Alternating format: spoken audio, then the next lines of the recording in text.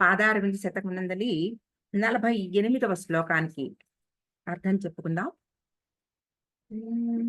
నఖాంకురస్మేరద్యుతి వితతి గంగాంభసి సుఖం కృత స్నానం జ్ఞానామృతమమలమాస్వాద్య నియతం ఉదంచన్మంజీరస్ఫురణమణిదీపే మమ మనోజ్ఞే కామాక్ష్యాః చరణమణిహర్మ్యే విహరతాం.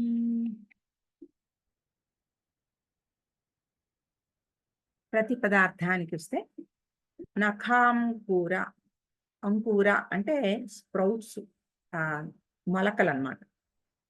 కొనగోళ్ల నుండి వెలువడిన, ఇది కూడా కొనగోళ్ల చివరలంచి అదే. స్మేరద్యుతి వితతి, స్మేరద్యుతి అంటే చిన్న చిరు దరహాసం లాంటి ఆ స్మేరద్యుతి తెల్లని కాంతి సమూహం అనే ప్రవాహం. గంగాంభసి, గంగాజలమునందు ఈ ఈ అనే తెల్లని కాంతి సమూహం అనే ప్రవాహం అది. సుఖం, సుఖముగా. కృత స్నానం, స్నానము చేసి. అమలం, స్వచ్ఛమైన. జ్ఞానామృతం, జ్ఞానం అనే అమృతాన్ని ఆస్వాద్య, బాగా ఆస్వాదించి. నియతం, సదా. ఒకటి నియమము గలదే. నియతం అంటే దీనికి రెండు అర్థాలు కూడా. నియమము కలిగిన, తర్వాత సదా, ఎప్పుడు అని కూడా అర్థం. మమ, నా యొక్క. మనః, మనస్సు. ఉదంచన్ మంజీర స్ఫురణ మణిదీపే. ఉదంచన్ అంటే బాగా ఎక్కువ అవుతున్న, ఇంక్రీజింగ్. తర్వాత మంజీర స్ఫురణ, మంజీర అంటే పాద మంజీరాలు. స్ఫురణ వాటి నుంచి వస్తున్న వెలుగు. మణిదీపే ఆ ప్రకాశిస్తున్న మణిదీపం లాంటి ఆ వెలుగు అన్నమాట. తర్వాత కామాక్ష్యాః, కామాక్షిదేవి యొక్క.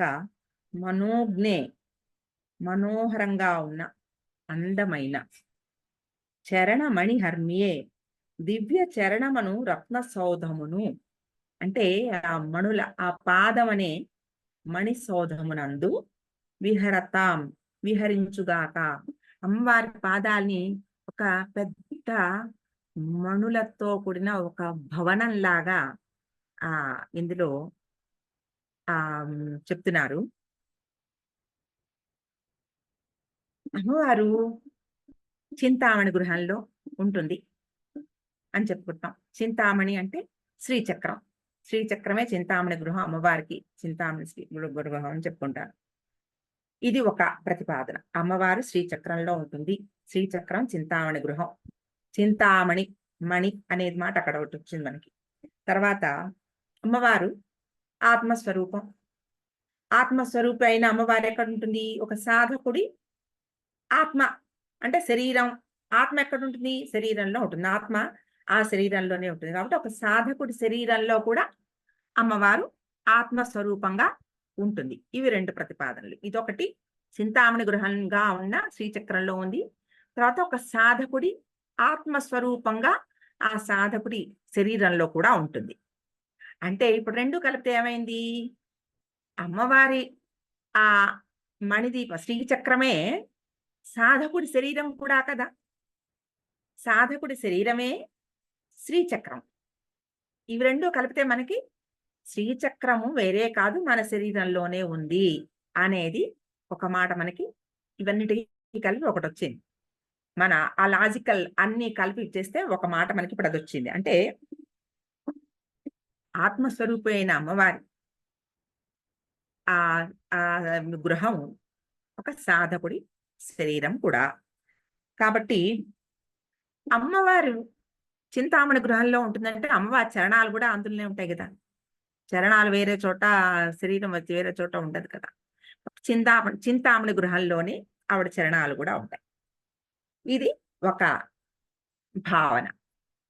ఇప్పుడు చరణము, ఇంతకు ముందర శ్లోకంలో కూడా మనం చెప్పుకుంటాం. చరణము అంటే కుండలిని అనే నానా అర్థాల్లో కుండలిని అనే మాట కూడా అర్థం చరణము అనడానికి. కాబట్టి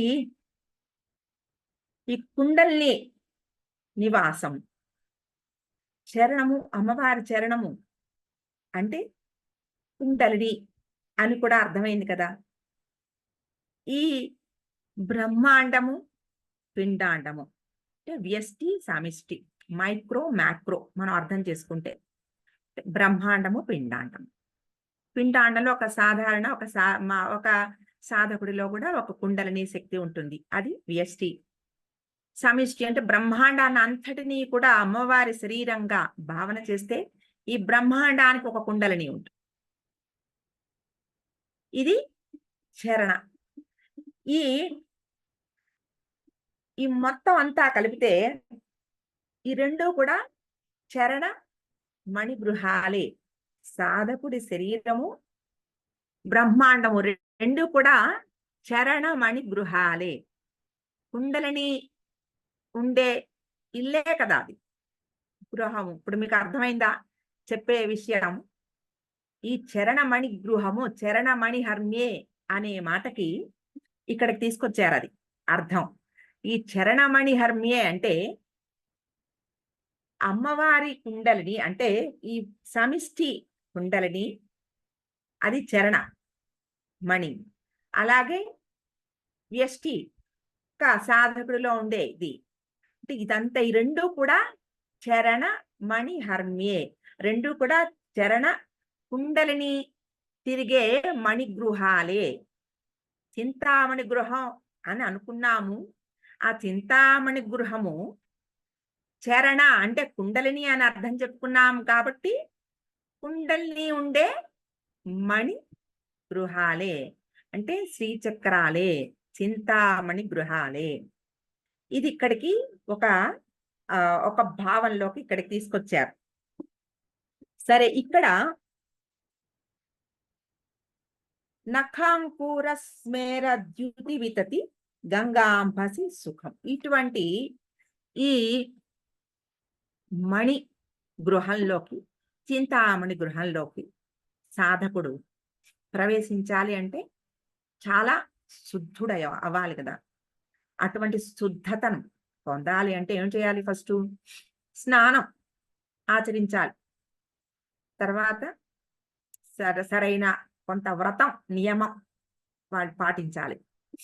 అటువంటి వ్రతం ఆచరించడానికి పూనుకున్న సాధకుడు ఏం చేయాలి? ఫస్ట్ స్నానం చేయాలి.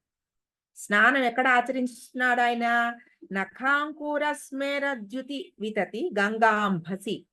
అటువంటి అమ్మవారి చరణ ఆ గోళ్ళ నుంచి వస్తున్న కాంతులు, అది స్మేర ద్యుతి, చిన్న దరహాసం లాంటి ఒక ప్రవాహంగా ఉందిట.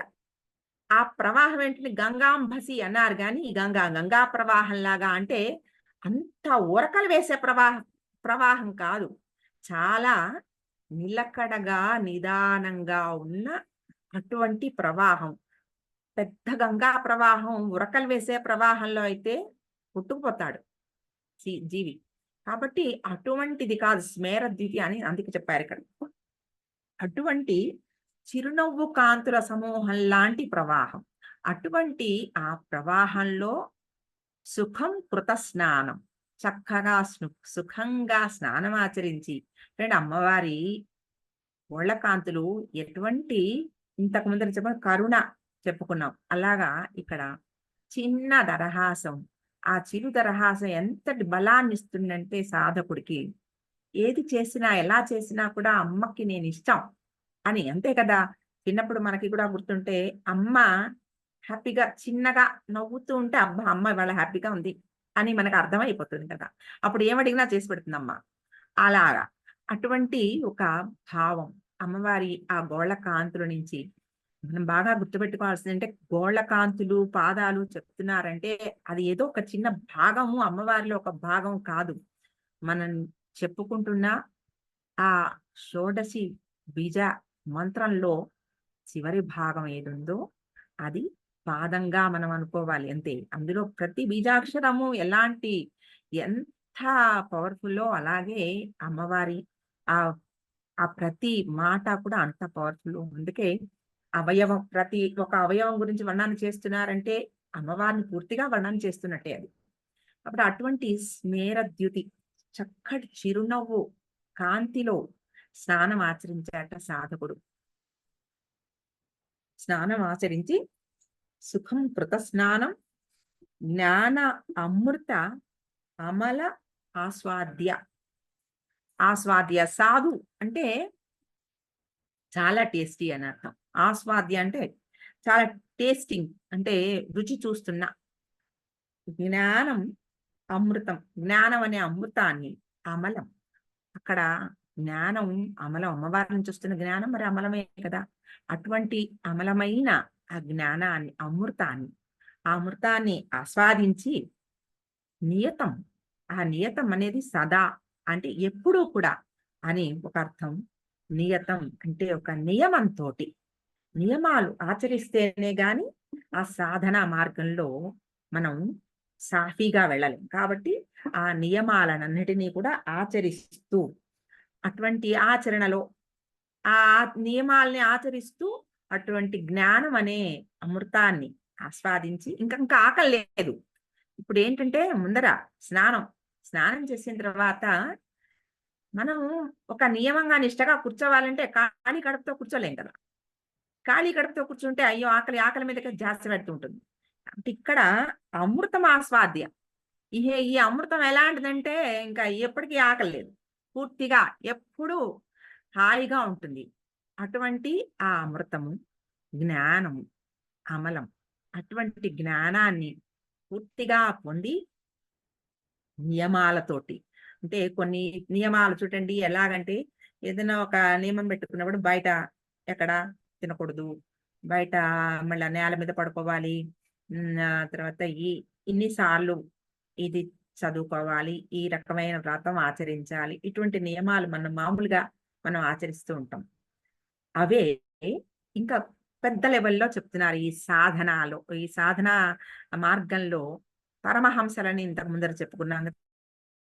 అసలు ఆ జ్ఞాన మార్గం ఎలా ఉంటుందో అది మనకి చెప్తున్నారంటే మనకి అసలు ఇవి ఊహకి కూడా రావు కదా. మనం ఇలాంటివి తెలుసుకుంటే ముందర దాన్ని ఊహ చేసుకోగలుగుతాం. మనం చేయడం సాధన ఎలా ఉంటుంది అనేది పక్కకి పెడితే అది ఒక విజువల్ గా మనకి కనపడుతుంది కదా. అటువంటి ఆ జ్ఞానాన్ని మనకి ప్రసాదిస్తున్నారు. అది ఆ భవనంలోకి వాళ్ళు వెళ్ళడానికి వాళ్ళకి ఒక అనుజ్ఞ వచ్చింది. ఎలా వచ్చింది? ఆ స్నానం చేశారు. గంగాంబసి సుఖం కృత స్నానం చేశారు. తర్వాత జ్ఞానామృతం అమలం ఆస్వాద్య చేసిన తర్వాత నియతం చేసిన తర్వాత ఇప్పుడు ఉదంచన్ మంజీర స్ఫురణ మణిదీపే. ఉదంచన్ మంజీర అంటే ఆ మంజీర మణిదీపాలు, మంజీర అమ్మవారి పాదాలకి ఉన్న మంజీరాలకి, ఆ మంజీరాల నిండా మణులు బాగా పొదిగి ఉన్నాయి. ఆ మణులు ఆ మణులు ఎలాంటివంటే స్వయం ప్రకాశాలు. ఆ స్వయం ప్రకాశకమైన మణుల నుంచి వస్తున్న వెలుగులు ఎంత గొప్పగా ఉన్నాయంటే ఆ భవనాన్ని మొత్తాన్ని పూర్తిగా వెలుగులతో నింపేస్తున్నాయి. ఆ చింతామణుల ఆ భవనం ఎలా ఉంటుందో అటువంటి ఆ భవనంలో అమ్మవారి మంజీరాల మణులు ఇంకా అద్భుతమైన వెలుగుల్ని ప్రకాశింపజేస్తున్నాయి. మరి ఇంకా కావాల్సింది ఏమిటి? మనం హాయిగా స్నానం చేసాం. సరే కడుపు నిండా జ్ఞానం అనే అమృతాన్ని తీసుకున్నాం. లోపల బోలెడు కాంతి ఉంది. అమ్మ చీకటిగా ఉంది, భయం వేస్తుందమ్మో ఎలాగా అని భయం లేదు. లోపల అటువంటి కాంతి, అద్భుతమైన కాంతులు ఏ మూల ఎక్కడా చీకటి లేదు. ఎక్కడికెళ్ళాలన్నా భయం లేదు. అంతా వివరంగా కనబడుతున్నాయి.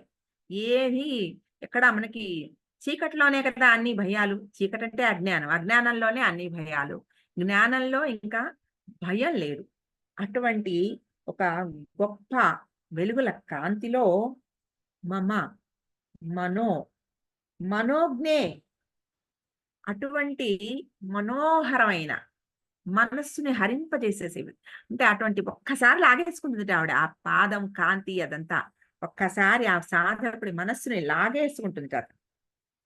అటువంటి ఆ మనోజ్ఞమైన ఆ మణిసౌధమునందు మమ మనో నా మనస్సు అటువంటి ఆ మణి సౌధంలో విహరించుగాక.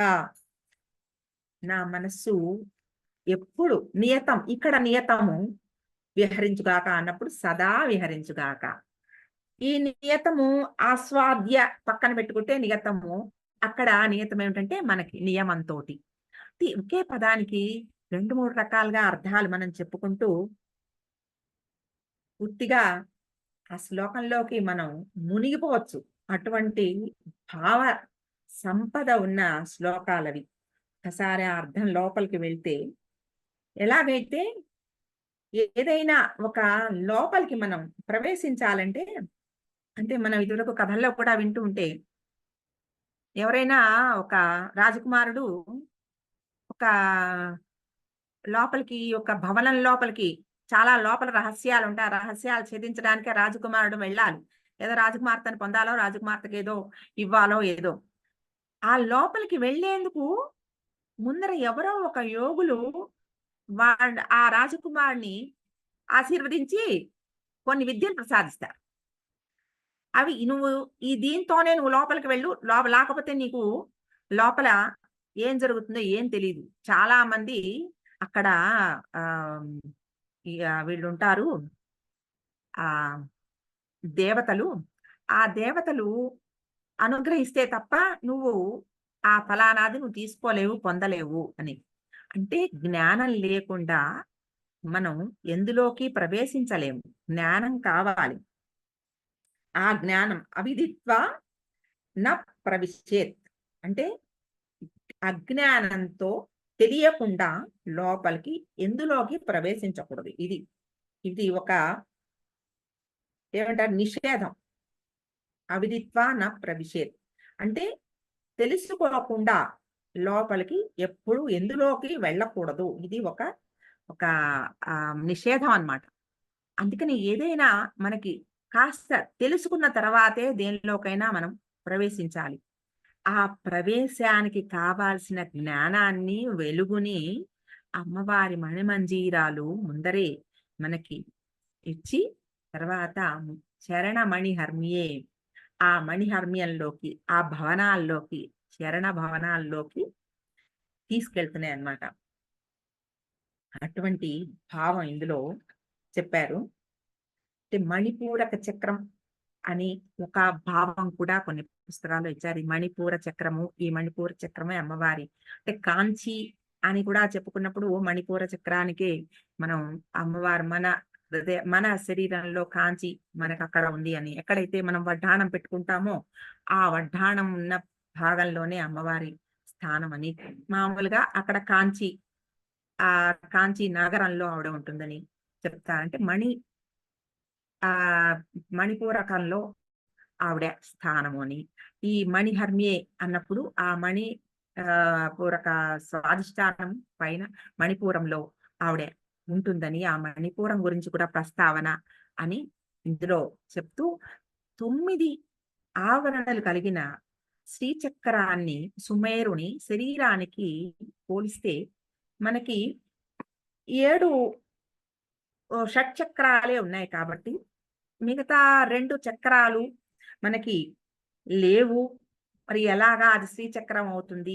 అంటే ఒక ఆహ్, భావం ప్రకారం మూలాధారం కింద ఇంకొక 2 చక్రాలున్నాయి అని. విషు అని ఒకటి, తర్వాత అధః సహస్రారం అని 2 చక్రాలున్నాయని చెప్తున్నారు. ఆ విషు, అధః సహస్రారం. అధః సహస్రారం అంటే ఇంకా కిందకి. ఊర్ధ్వ సహస్రారం అంటే పైన.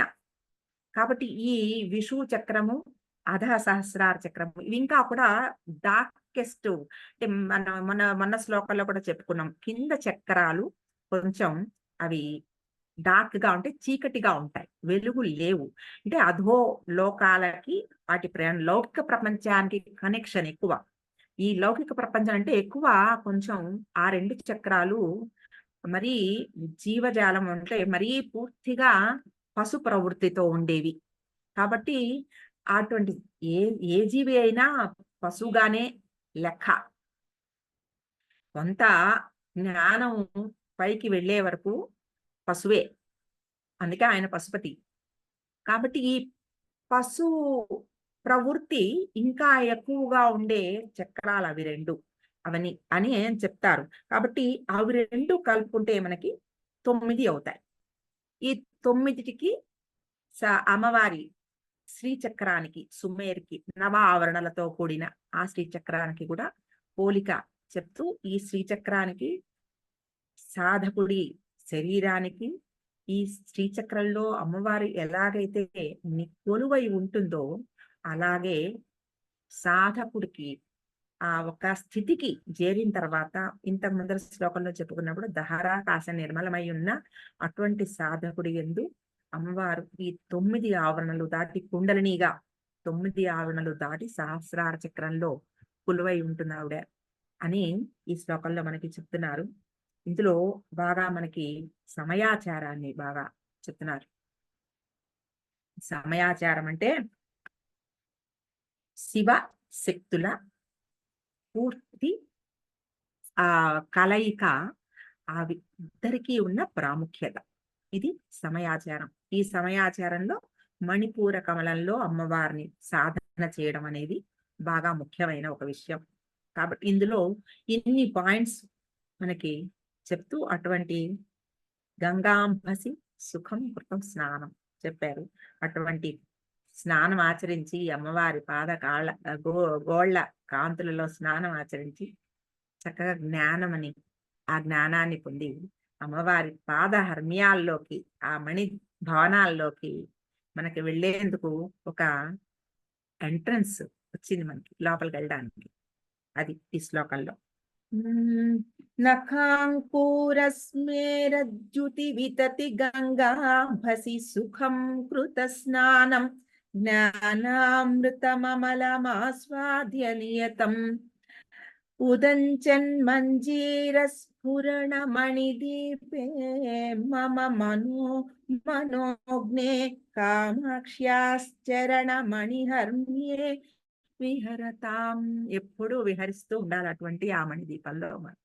మూలలు మూలలు ఎక్కడెక్కడ వెలుగులు వెళ్తోందో అన్ని చోట్లకి వెళ్ళి, అంటే మన మనసులో కూడా పూర్తి కాంతులు నిండిపోయి ఉండి, మనసులో కూడా ఎక్కడా చీకటి లేకుండా జ్ఞానం, ఆ జ్ఞానం అనే వెలుగుల్లోకి, ఆ ప్రకాశంలోకి మనం కూడా ప్రవేశించాలి. అది